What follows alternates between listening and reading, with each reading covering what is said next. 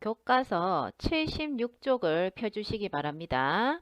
그리고 수업에 앞서서 수행평가와 관련해서 한 가지 공지할 사항이 있는데요. 자, 저번 시간 구글 설문지에도 잠시 언급했듯이 이번 1학기 한문 수행평가는 한자 성어에 대한 이해와 활용 부분을 테스트할 겁니다. 자, 그래서 오늘 11차 시부터 12차 시까지는 한자 성어에 대해서 공부하고 같이 익혀보면서 여러분들이 등교 계약을 하게 되면 일정이 좀 촉박한 관계로 한자 성어에 대한 수행평가를 바로 실시할 계획입니다.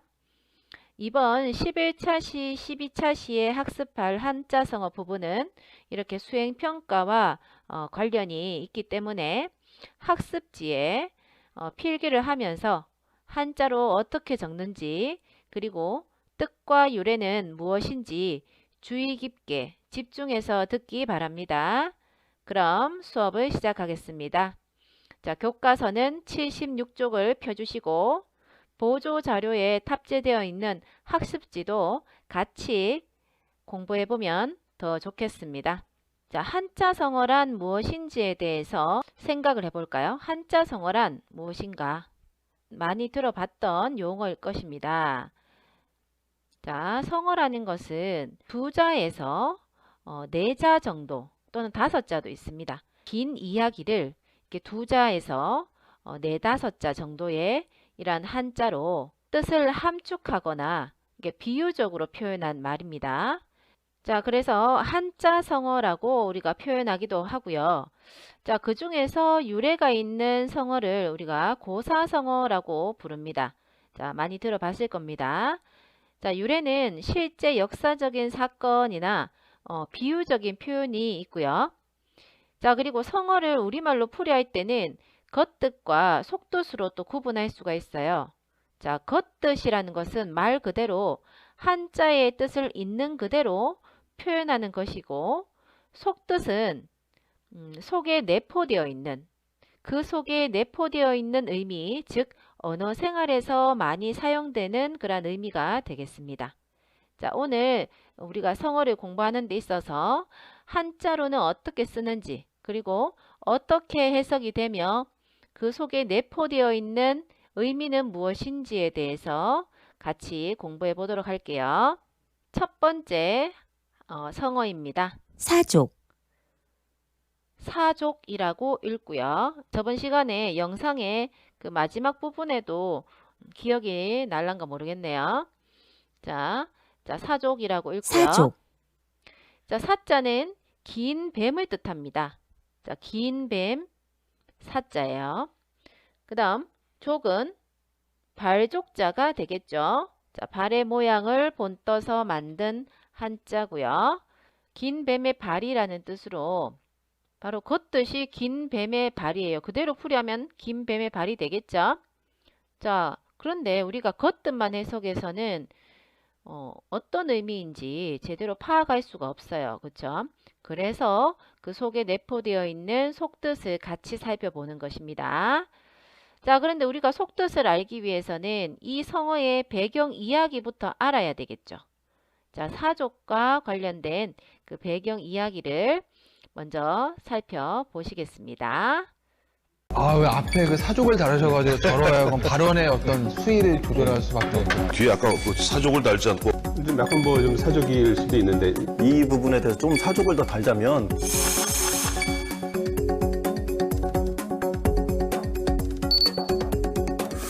주제와 상관없이 내용을 덧붙일 때 이 사족이란 말을 많이 쓰죠. 네, 이 사족은 화사첨족의 고사에서 유래됐습니다. 그를 화, 긴뱀사, 더할 첨, 발족. 뱀의 있지도 않은 발을 군더더기처럼 그려 넣어서 도리어 이를 그르친다라는 뜻이죠. 아니 그저 어쩌다가 엉뚱하게 그 뱀 다리까지 그려놓게 됐을까요? 네. 때는 중국 전국시대 어느 잔치집에서 술 한 잔을 놓고 내기가 시작됐습니다. 땅바닥에 가장 빨리 뱀을 그리는 사람이 이기는 내기.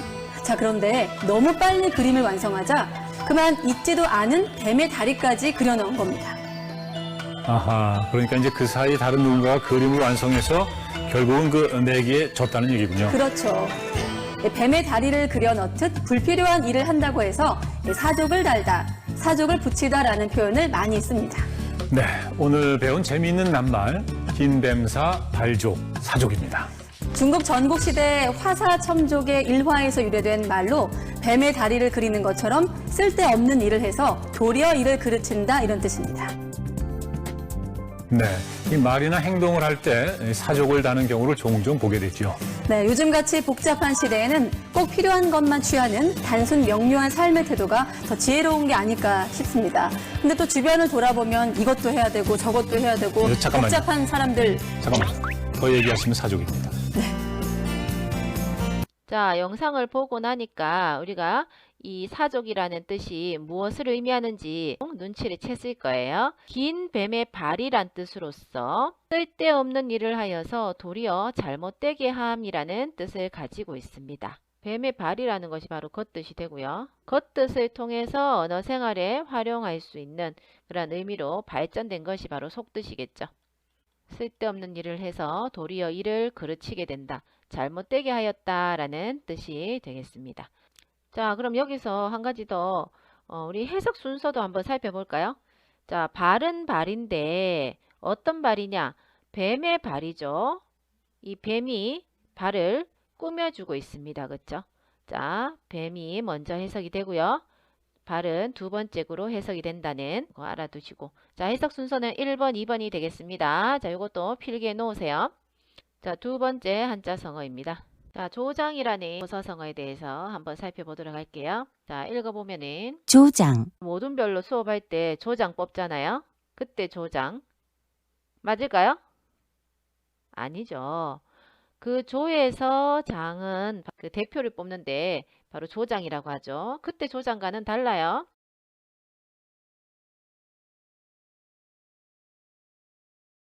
자, 그래서 조는 돕다라는 뜻이고요. 장은 여기서 잘하다라는 뜻입니다. 그대로 해석을 한번 해보면 돕기는 돕는데 무엇을 도와요? 그렇죠. 잘하는 것을 도와준다 이런 뜻입니다. 잘하는 것을 도와준다. 언뜻 봐서는 긍정적인 의미인 것 같은데 이 조장이라는 단어는 보통 부정적인 의미로 많이 쓰입니다. 저절로 잘할 수 있는 것을 도와준다라는 의미로서 자, 바람직하지 않은 일을 더 심해지도록 부추긴다 이런 뜻으로 많이 써요. 그래서 부정적인 의미로 사용이 됩니다. 이 이야기는 그 한 농부의 행동에서 유래가 되었는데요. 이 이야기의 유래를 한번 살펴보면서 우리 조장이 어떤 의미인지 한번 생각해 보도록 하겠습니다. 오늘 재미있는 낱말풀이 주인공은 퀴즈로 만나보겠습니다. 다음 빈칸에 공통으로 들어갈 단어는 무엇일까요? 인터넷 도박 사이트 사행심만 삐리리, 과소비 삐리리, 불편한 소비자. 1번 논란, 2번 조장, 3번 증폭. 오늘 단어는 한자어라 그런지 좀 난이도가 높죠? 쉽지 않네요. 그런데 그 빈칸 바로 앞에 있는 단어를 보면요. 그 사행심, 과소비, 이게 아주 그 중요한 힌트 같습니다. 뭔가 이 나쁜 짓을 부추기는 거. 정답은 2번! 조장 아닙니까? 딩동댕 맞습니다. 이 조장은 바람직하지 않은 일을 더 심해지도록 부추긴다는 뜻입니다. 조장의 한자를 보면요. 이 도울조 길장자를 쓰지 않습니까? 이 풀이하면 성장을 돕는다는 뜻인데 우리 생활 속에서 이 조장을 좀 부정적으로 사용하고 있죠. 네, 이것은 옛날 송나라 고사의 유래 때문인데요. 한 농부가 벼가 더디 자라는 것을 보고 벼를 빨리 자라게 하려고 이 벼의 목을 쑥 하고 뽑아줬다고 합니다. 그리고는 집에 돌아와서 아내에게 이렇게 얘기했다고 합니다. 여보, 내가 벼가 자라는 걸 도와주고 왔어. 그러니까 이제 벼가 자라는 걸 도와주었다는 의미로 이 농부가 조장이란 단어를 쓴 거군요. 그런데 이 말을 들은 아내가 미심쩍어서 논에 나가봤더니 아니나 다를까 벼가 모두 시들시들해져 있었다고 합니다. 이 농부는 벼가 잘 자라도록 도와주려던 거였는데 오히려 그 참 커다란 해를 입고 말았네요. 그래서 조장은 성장을 돕는 게 아니라 바람직하지 않은 일이 더 심해지도록 부추긴다는 뜻으로 쓰이게 됐습니다. 이 농부의 일화처럼 어떤 일을 의도적으로 무리하게 하면 유익함이 없을 뿐만 아니라 도리어 해를 입을 수도 있음을 경계하기 위해서 생겨난 말이죠. 네, 오늘 배운 재미있는 낱말 조장입니다. 바람직하지 않은 일을 더 심해지도록 부추기거나 선동할 때 쓰는 말입니다. 벼를 빨리 자라게 하려고 잘못된 방법으로 도와주다가 이 벼농사를 모두 망친 중국 송나라 농부의 이야기에서 유래했습니다. 저는 오늘 이 조장의 유래를 살펴보면서 여러 가지를 느꼈습니다. 그 농부는 바보다. 욕심이 많다. 그리고 참 결과보다 과정이 중요하다. 이 농부가 성급하게 꼼수를 부리는 대신에 순리를 따랐더라면 더 좋은 결과가 나왔겠죠? 자, 영상을 보면서 이 조장이 어떤 의미인지 생각을 해보았나요? 자, 잘하는 것을 돕는다. 즉, 부정적인 의미로 많이 쓰여서 바람직하지 않은 일을 더 심해지도록 부추긴다, 이런 뜻을 가지고 있습니다. 자, 어리석은 한 농부의 행동에서 성어가 유래가 되었네요. 자, 급할수록 돌아가라는 속담처럼 이렇게 빨리 서두르게 되면 도리어 상황이 더욱 악화된다, 나빠진다는 뜻으로 사용이 된다는 점 알아두시고요. 자, 세 번째 성어입니다. 조삼모사. 조삼모사라고 있는데요. 자, 각각의 뜻부터 살펴보면 조, 아침 조자입니다. 삼, 셋 삼자고요. 모, 저물다 또는 저녁입니다. 다음 사, 숫자 넷이라는 뜻이죠. 넷 사자입니다. 조삼모사. 자, 이렇게 읽어주고요. 자, 한자 하나하나의 뜻을 통해서 우리 전체적인 겉뜻, 겉에 드러난 뜻부터 살펴보면 아침에 3개, 저녁에 4개라는 뜻으로 해석이 돼요. 아침에 3개, 저녁에 4개라는 뜻이죠. 자, 해석 순서는 이렇게 되고요. 근데 아침에 3개, 저녁에 4개라는 뜻만으로는 이게 무슨 뜻인지 잘 파악이 안 돼요. 그렇죠? 그래서 성어는 유래와 그 속에 담겨져 있는 속뜻까지 같이 살펴봐야 된다고 했었죠. 자, 그럼 조삼모사에 대한 유래를 먼저 보도록 하겠습니다. 자, 이 이야기는 원숭이가 나옵니다. 자, 영상을 보시겠습니다. 조삼모사.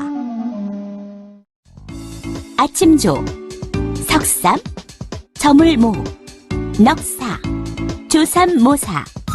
조삼, 아침에 3개, 모사, 저녁에 4개라는 말인데 도대체 무슨 뜻일까? 수수께끼인가? 친구들, 무슨 이야기인지 궁금하지? 옛날 중국의 춘추 전국시대의 송나라에 저공이란 사람이 있었어. 저공의 저는 원숭이야. 그 이름대로 저공은 원숭이를 아주 많이 키웠어. 아이고 귀여워라. 하하, 그래. 원숭이를 얼마나 좋아했는지 가족들이 먹을 식량을 죄다 가져다 먹일 정도였어. 원숭이들도 저공을 따라서 서로 마음이 통할 정도였대. 허허, 이를 어쩌나. 원숭이 먹이가 조금밖에 안 남았는데. 집안의 식량을 전부 모아도 원숭이들을 배불리 먹이기엔 부족했어. 고민하던 저공은 결국 먹이를 하나 줄이기로 했지. 하지만 갑자기 먹이를 줄이면 원숭이들이 나를 싫어하지 않을까? 다음날 아침 저공은 원숭이들을 모아놓고 말했어. 자, 이제부터 먹이를 7개씩 주마. 조삼모사. 아침에 3개, 저녁에 4개씩이란다. 자, 3개씩 바꿔라. 네? 3개라뇨? 너무 적어요. 그래요. 아침에 도토리 3개로는 배가 안 찬단 말이에요. 맞아요, 맞아. 더 줘요, 더. 어허, 그러면 아침에 4개씩을 주마. 조사모삼. 아침에 4개? 4개? 좋아요. 아침에 4개. 그래요. 아침에 4개를 주세요. 그래. 원숭이들은 모두 기뻐하며 저공을 더욱 잘 따랐어. 어리석은 원숭이들 같으니라고. 아침에 3개를 먹고 저녁에 4개를 먹는 거랑 아침에 4개를 먹고 저녁에 3개를 먹는 거랑 뭐가 틀린다는 건지 안 그러냐? 어차피 하루에 7개를 먹는 건 마찬가지인데 말이야. 이 이 원숭이들처럼 당장의 이익에 눈이 멀어서 멀리 내다보지 못하는 어리석음을 조삼모사라고 해. 또 똑똑한 사람이 꾀로서 어리석은 사람을 속이는 것을 뜻하기도 하지. 친구들, 조삼모사를 명심하고 무슨 일이든 멀리 내다보고 깊게 생각하는 거 잊지 마. 알겠지? 자, 간사함께로 남을 속여서 희롱한다 이런 뜻도 가지고 있지만 당장 눈앞의 이익만을 생각하는 어리석은 행동을 하는 사람을 뜻하기도 한다는 점 알아두세요. 관점에 따라서 뜻이 그 속에 내포되어 있는 속뜻이 달라진다는 점도 알고 있어야 되겠죠. 자, 그 다음 어부지리입니다. 이 어부지리도 많이 들어봤을 겁니다. 어부지리. 자, 해석을 해보면 한자 하나의 뜻을 살펴봅시다. 고기 잡을 어자예요. 자, 물수 더하기, 자, 이 한자 물수자죠. 물수 더하기 물고기 어자가 결합을 해서 고기 잡을 어자가 되었습니다. 자, 이 한자는 바로 뜻과 음이 결합한 형성자가 되겠죠. 자, 그 다음 부는 아버지 부자인데요. 자, 이 아버지 부자는 여기서는 사나이 부자로 바꾸어서 쓸 수도 있습니다. 자, 같은 의미로 쓰인다는 것 알아두시고요. 자, 그 다음 지자는요. 가다라는 뜻으로도 쓰이고 우리 한자와 한자 사이에 쓰여서 말을 도와주는, 이 도와주는 말로서 쓰이는 조사로 많이 활용이 되는데, 자, 여기서 지자는요. 무엇을 라는 뜻으로 해석이 된다는 점 기억해 주세요. 그 다음 리자는 이로울 리자인데 여기서는 명사로 쓰여서 이익 또는 이로움이라는 뜻으로 해석이 될 수 있어요. 자, 그럼 전체적인 겉뜻이 어떻게 해석이 될까요? 그렇죠. 어부는 그대로 풀이할 것 없이 어부, 우리 보통 많이 쓰이는 단어죠. 고기 잡는 사람, 물고기 잡는 사람, 어부라고 합니다. 그런 뜻이고요. 어부의 이익 또는 이로움이란 뜻이 되겠죠. 그대로 해석하면 어부의 이익이다. 풀이 순서는 그대로 순서대로 1, 2, 3, 4가 되겠고요. 자, 유래와 그 유래를 통해서 속뜻을 살펴보도록 하겠습니다. 살짝 입을 벌린 조개를 보고 도요새가 얼른 부리를 넣어서 먹으려고 합니다. 그러자 조개가 콱 입을 다물어 버렸죠. 저런 꽉 끼어버렸겠네요.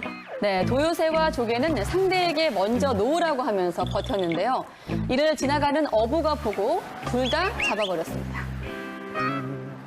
아하, 이 조개든 도요새든 먼저 풀어졌다면 다 살 수도 있었을 텐데요. 네, 이것을 어부가 얻은 이득, 즉 어부지리라고 하는데요. 양자의 다툼으로 제3자가 얻게 되는 예상치 못한 이익을 뜻합니다. 고사성어인데 이 유래가 뭐죠? 네, 중국 춘추전국 시대에 진나라가 강성해지면서 이웃 나라들을 위협했습니다. 이에 연나라의 대신 소대가 갈등 관계에 있던 조나라 해문왕을 찾아가서 앞서 말씀드렸던 조개와 도요새 이야기를 해줍니다. 아하, 그러니까 이게 자기들끼리 싸우다 보면은 이 도요새하고 조개처럼 둘 다 진나라에게 공격을 당할 거다. 이 얘기를 한 거로군요. 그렇죠. 이 말을 들은 해문왕은 연나라와 화친을 맺었다고 합니다. 네, 오늘 배운 재미있는 낱말 어부지리입니다. 둘 사이의 다툼으로 제3자가 얻는 이익을 뜻하는 것으로 도요새와 조개가 서로를 물고 놓아주지 않아 어부가 모두 잡았다는 중국의 고사성어에서 비롯된 말입니다.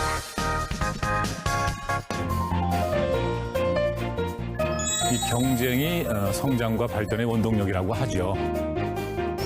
하지만 지나치게 과열된 경쟁은 의외의 사람에게 어부지리를 줄 수도 있습니다. 음은 어부지리가 되겠고요. 자, 풀이를. 자, 어부의 이익이라는 것은 겉에 드러난 겉뜻이고요. 이 겉뜻으로 인해서 그 언어 생활에 활용되는 의미인 속뜻이 나오게 된 거죠. 속뜻은 두 사람의 이해관계로 서로 싸우는 사이에 엉뚱한 사람이 애쓰지 않고 가로채는 이익을 바로 어부지리라고 한다는 점 알 수 있습니다. 이 어부질이라는 것도 바로 역사적인 사건에 의해서 만들어진 성어라는 점 이제 알 수 있겠죠.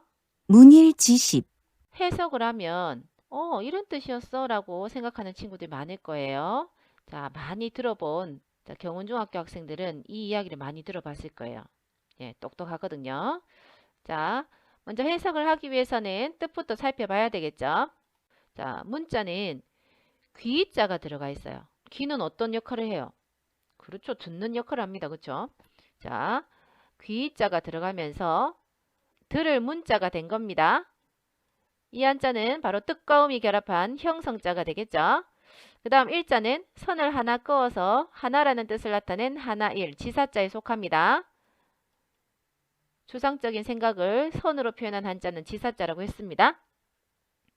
그 다음 지는 알다라는 뜻이죠. 알다. 숫자 열이라는 뜻이고요. 가로부터 써주는 숫자 열. 자, 그럼 문일지십 해석 쉽게 한눈에 딱 들어올 건데요. 자, 어떻게 해석이 될까요? 듣는다, 하나, 알다, 열. 자, 경운중학교 학생들 한번 해석해 봅니다. 자, 해석이 되나요? 그렇죠. 자, 하나를 들으면 어떻게? 그렇죠. 열을 안다 이런 뜻이에요. 하나를 들으면 열을 안다. 그렇죠. 경운중학교 학생들입니다. 그렇죠? 자, 문일지십 즉 하나를 들으면 열을 안다 라는 뜻으로서 한 가지를 가르쳐 줬는데 여러 가지를 더 많이 아는 경우를 바로 문일지십이라고 합니다. 자, 즉 매우 총명하다 라는 뜻이죠. 자, 해석 순서는 2143이고요. 자, 문일지십이라고 읽고 하나를 들으면 열을 안다는 것은 성어의 겉뜻이 되고요.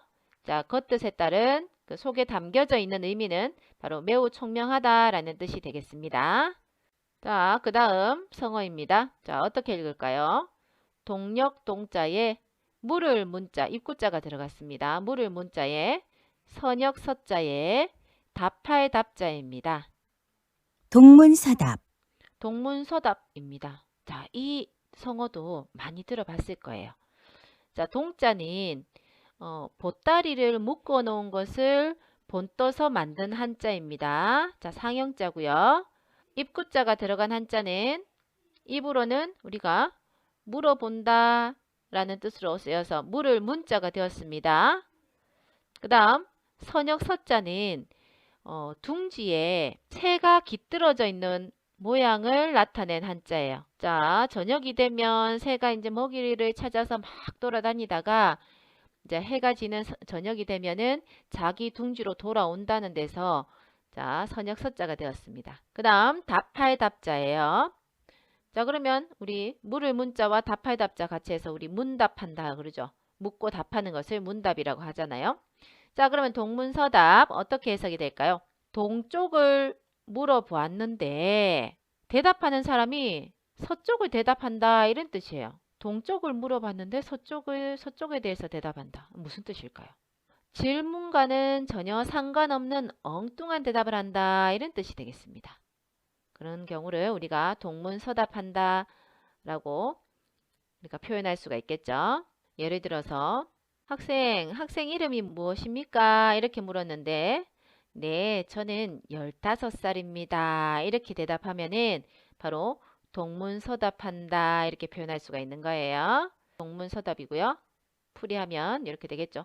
동쪽을 물었는데 서쪽을 대답한다. 풀이 순서는 1, 2, 3, 4가 되겠고요.